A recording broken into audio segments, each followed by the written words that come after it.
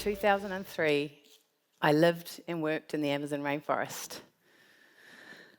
I was there working with a remote indigenous community who had 53,000 hectares of pristine Amazon rainforest.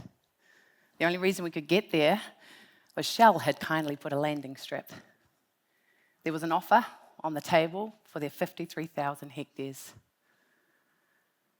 This community could see the value of looking after their resources for their future generations. How could they create micro-enterprise and opportunities for their future generations while keeping their rainforest standing? I remember one time in particular, I was far from base camp, which was days and days from civilization. All of a sudden, the birds went berserk. The sky turned so dark, and the heavens just opened. It was the most incredible tropical rainstorm I've ever experienced. I remember feeling so alive. I also remember feeling shit scared I was going to get washed away. It made me think about this incredible ecosystem around me, its ability to support life. And I also thought about the growth of myself.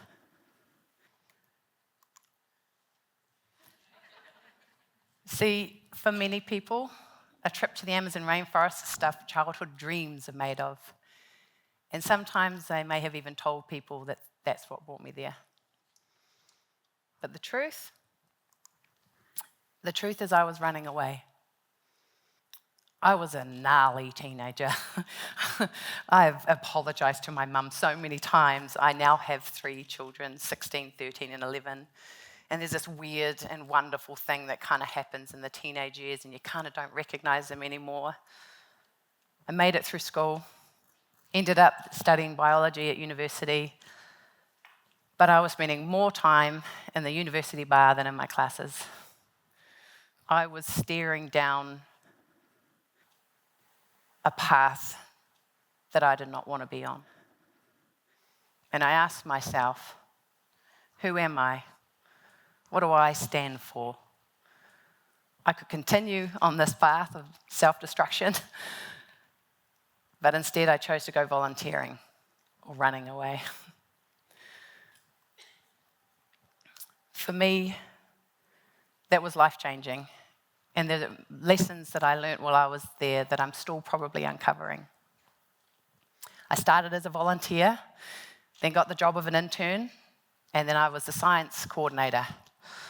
After almost 2 years, I got really sick. I had this big flesh-eating hole in my leg that required me to come home to New Zealand and have chemotherapy.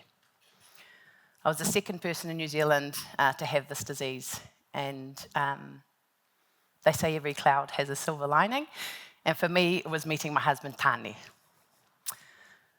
So not only is Tani gorgeous, handsome, hilarious, and charismatic, but I also saw in him the ability for him to ask those same questions of himself. Who am I? What do I stand for?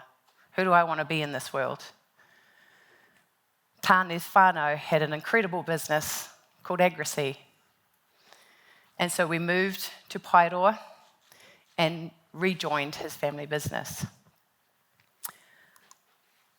For me, and where I'd come from in central Auckland, my view of business was quite different to what I saw in front of me.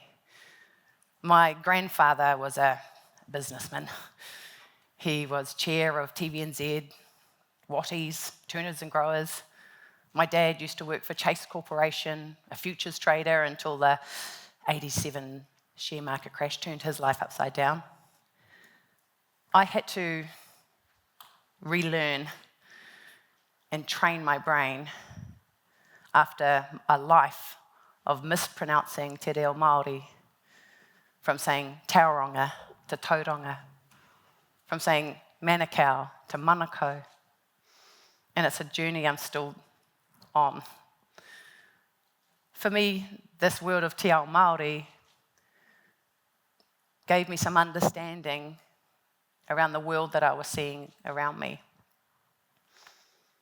Tane's mum is the most generous person in the world. I've had to stop complimenting her on her clothes because she'll literally take them off and give them to you, so you've got to be really careful. AgriSea was founded in 1996. Today it's 26 years old. We create products from New Zealand seaweeds that help farmers and growers reduce their reliance on synthetic fertilisers.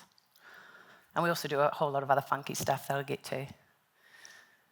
And I would remember this new way of doing business involved, when meetings were held, this huge array of morning teas. Beautiful cooked food. Jill's egg sandwiches are legendary. And we'd sit down and have a meeting, and she'd be asking people, where are you from? Who's your family? Oh, I used to go to that beach when I was a kid. I love that beach. And I would be thinking, come on, lady. Like, these are busy people. Get on with it. I didn't realize until much later that she was building relationships. It's those relationships today that are the foundations of AgriSea. We firmly believe that to grow a business, you've got to grow your relationships. And when was the last time you sat down in a business setting and just asked the person who they are, what their children's name is, without an agenda, without an action plan, and just got to know people? See, our relationships go far deeper than exchange of service or an exchange of invoice, and we both benefit for it. In the early 2000s, the seaweed company is growing. The biggest barrier to our growth is access to seaweed. So when the government of the day suggested that seaweed should be put into the quota management system, which would allow our underwater rainforest to be harvested, you'd think, wow, that's a great opportunity for a company like you. We were petrified. It sent shivers down our spine. Seaweed is the underwater rainforest. It is the basis of all our commercial fisheries, of paua, of snapper, of crayfish. It helps climate change. It brings in carbon from the atmosphere. It helps ocean acidification. It even lets off isotopes. It controls weather in coastal communities, right? It's crazy. We had researched the widespread ocean deforestation, warming oceans, ruining our giant kelps that are home, habitat, and food.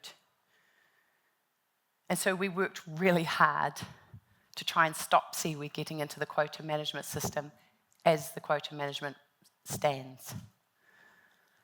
Because not only are those commercial implications huge, but all our remote coastal communities who rely on the ocean as their refrigerator.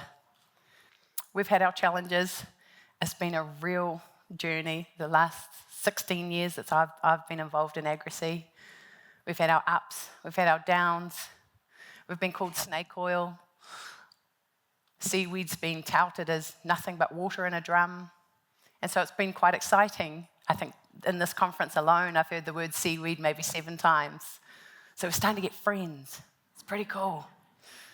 So when a big multinational quite recently came to us with what would have been a life-changing amount of money for us, we said no.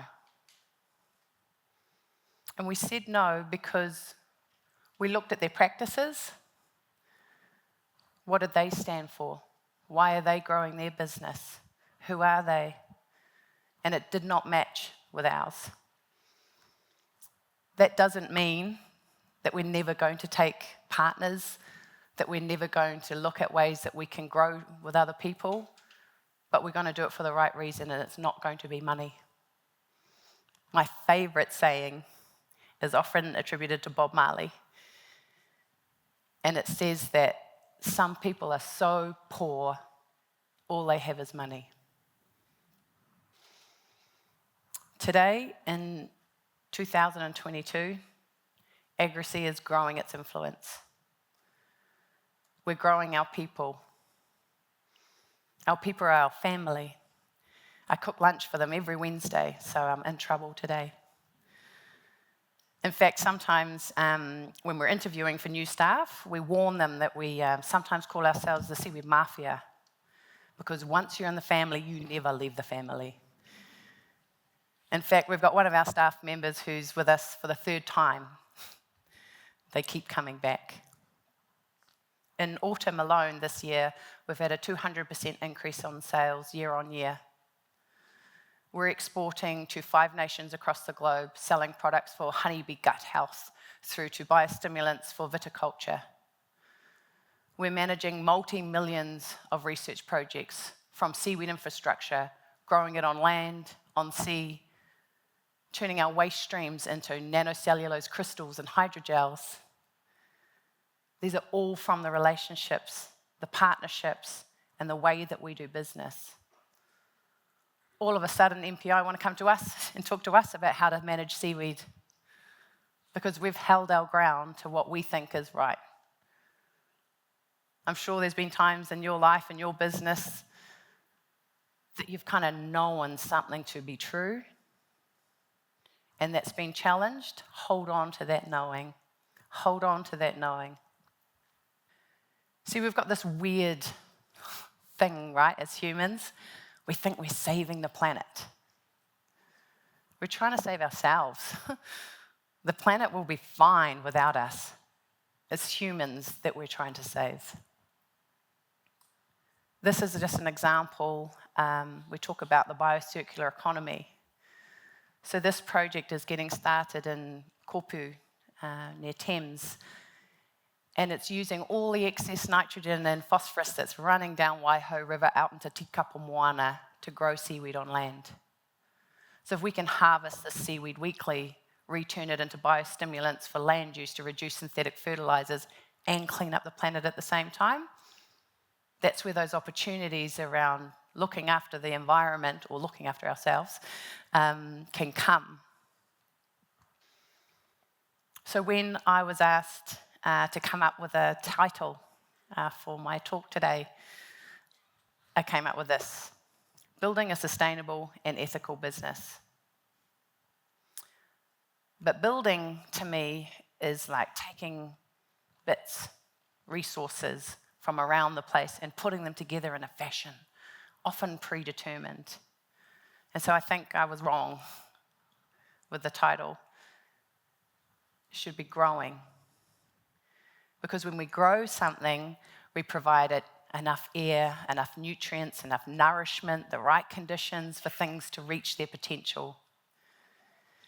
And so I think it's quite fitting that E Tipu, meaning growth, the name of this conference, has provided us with beautiful nourishment, incredible conversations, and an incredible environment for us to reach our potential. This is just our story.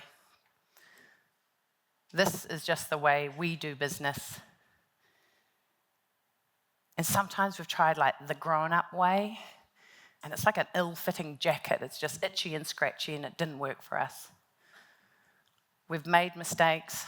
We haven't got it all right, and we sure as hell don't have all the answers. But we know that these are the right questions, and so I'll leave them with you today. Who do you want to be? What do you stand for? Why are you growing your business? Thank you.